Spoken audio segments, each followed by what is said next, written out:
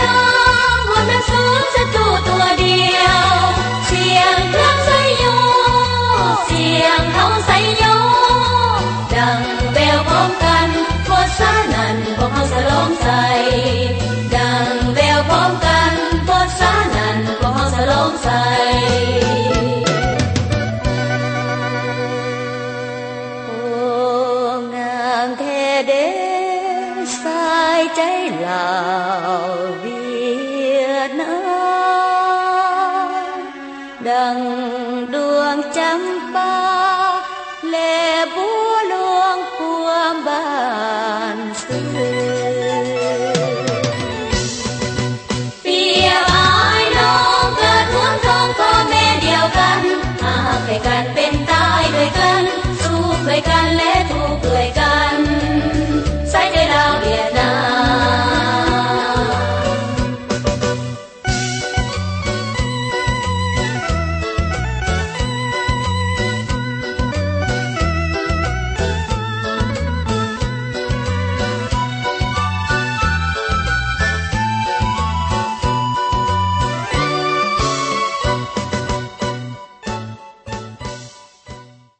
ภัตตาคารแม่ของเป็นภัตตาคารที่มีอาหารหลากหลายทั้งอาหารลาวและอาหารต่างประเทศนอกนั้นทั้งห้านของพวกเขายังรับจัดงานสังสรรค์ต่างๆบ่ว่าจะเป็นงานดองงานวันเกิดงานเลี้ยงสังสรรค์อื่นๆมีห้องจัดงานที่กว้างขวางหรูหราและสวยงามมีพนักงานที่เป็นมืออาชีพที่คอยอำนวยความสะดวกให้แก่ทุกท่านสถานที่ของพวกเขาตั้งอยู่หลัก4ถนนท่าเรือบ้านทาพลานไซเมืองศรีสัตนาแขวงนครหลวงเวียงจันทน์สนใจติดต่อที่เบอร์021-312480 021-313017อาหารแซ่บบริการดีต้องที่ภัตตาคารแม่ของเป็นแนวใดท่านผู้ชมนั้นก็แม่นความน่ารักและความสามารถของน้องๆกุ้งนางหวังว่าคงจะม่วนซื่นกันหลายพอสมควรมาฮอดนี้รายการของพวกเราใกล้จะหมดแล้วกุ้งนางและพร้อมด้วยทีมงานขอลาท่านผู้ชมไปก่อนสบายดี